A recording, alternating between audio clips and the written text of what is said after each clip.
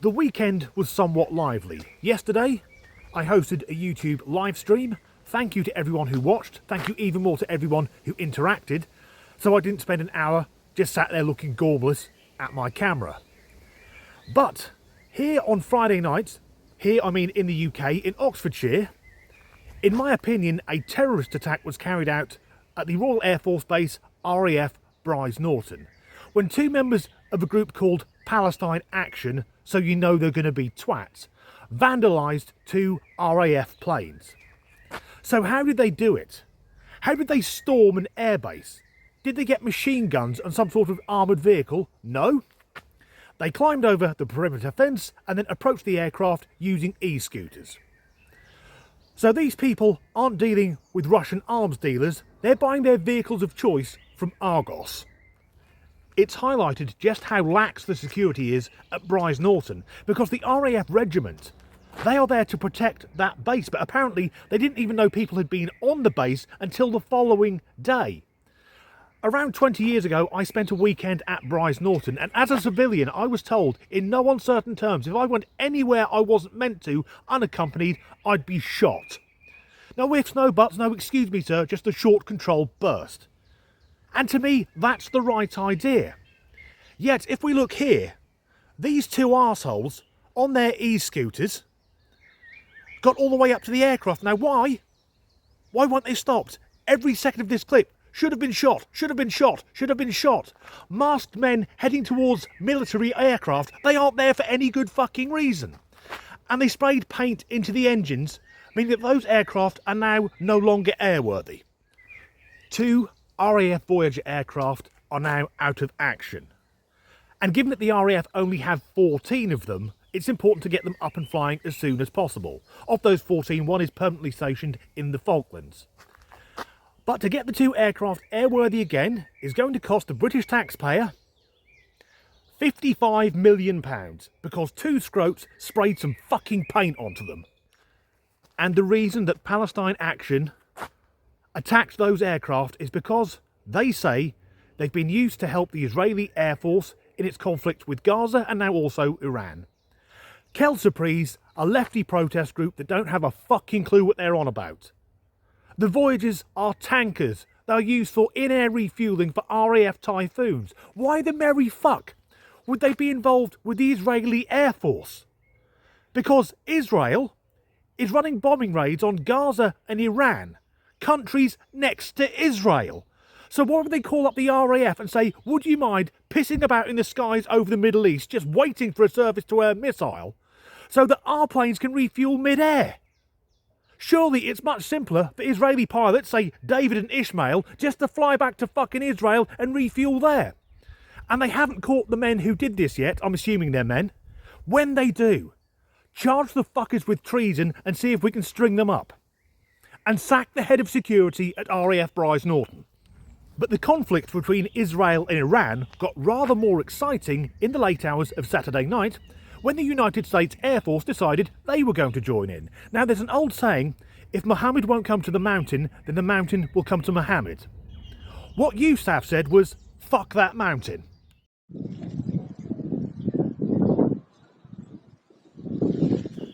For years now, the Iranian regime has been playing a game of fuck around and find out, and now they've found out.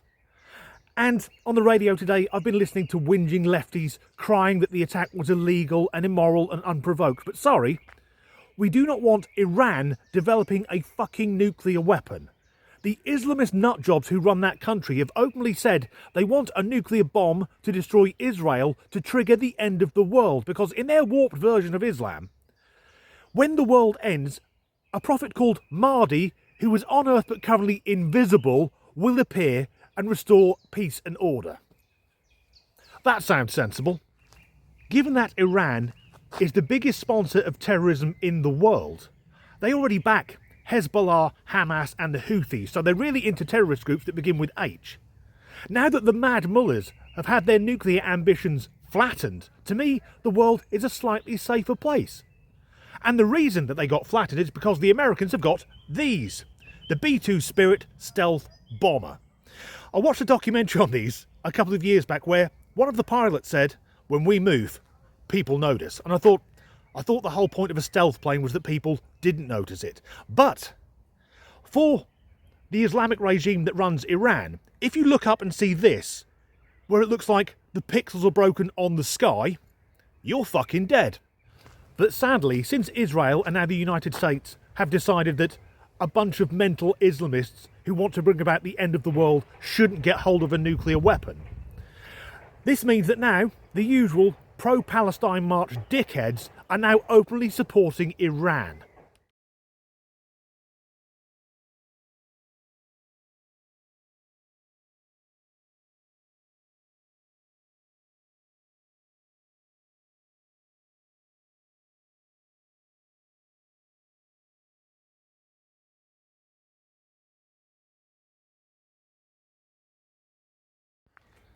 That's people protesting outside the White House, in a country that Iran refers to as the Great Satan.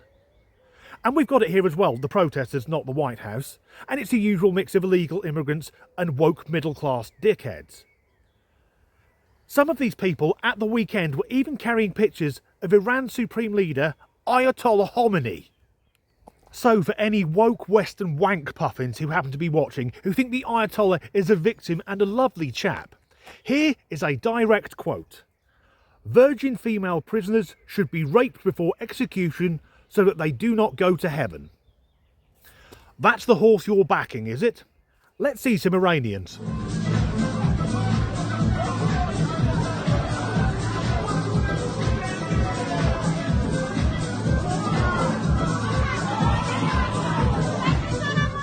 What does it tell you about a regime where people living in the country are happy that the neighbouring country are firing missiles into it? The regime is hated by most Iranians. It's so backward and oppressive.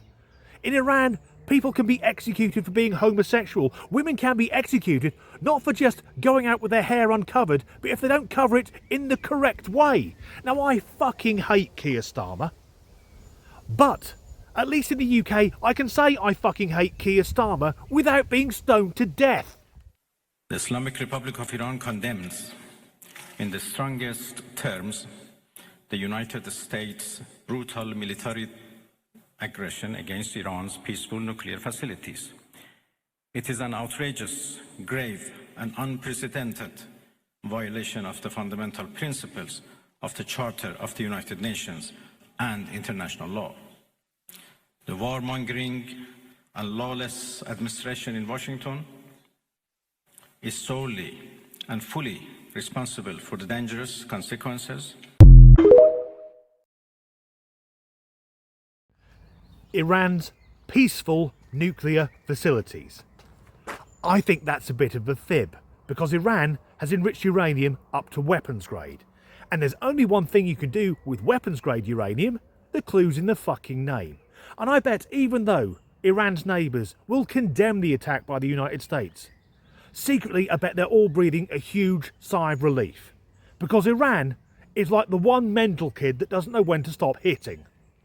So it's a controversial opinion, I know, but personally, well done to the United States Air Force and the Israeli Defence Force for making the world a slightly safer place, because those mad bastards now can't develop a nuclear weapon. It also highlights this weekend the state of Britain, because you can go into Halfords and for $7.99 buy a tin of spray paint to disable the Royal Air Force. Anyway, that's the end of this video. If you enjoyed it, please do like and subscribe if you haven't already. If you could like, comment and share the video, that really helps the algorithm. If you'd like to support me in making these videos, there are links in the description to buy me a coffee and to my Patreon. And as ever, thanks for watching. So the weekend was a lively one. Yesterday I hosted fucked it up 4 seconds in. I then that if you want to break into one of Britain's top military bases, you don't need camouflage, explosives, weaponry. You need a stepladder and a child's plaything. So two countries you don't fuck with are America and Israel. America because they've got so much kit, and Israel because the kit they've got they're so fucking good at using. So if you're a Westerner and you're backing Iran, you better fuck bollocks wank. If you're a Westerner and you're backing Iran, it's like the Queers for Palestine movement. If they went to Gaza, they'd get killed. People of the West, the Iranians want to kill you. The difference is they don't want you to have to go to Iran to do it. So the reason these aircraft were targeted, was because, fuck it. If Mohammed won't come to the mountain, then the mountain will come to Mohammed.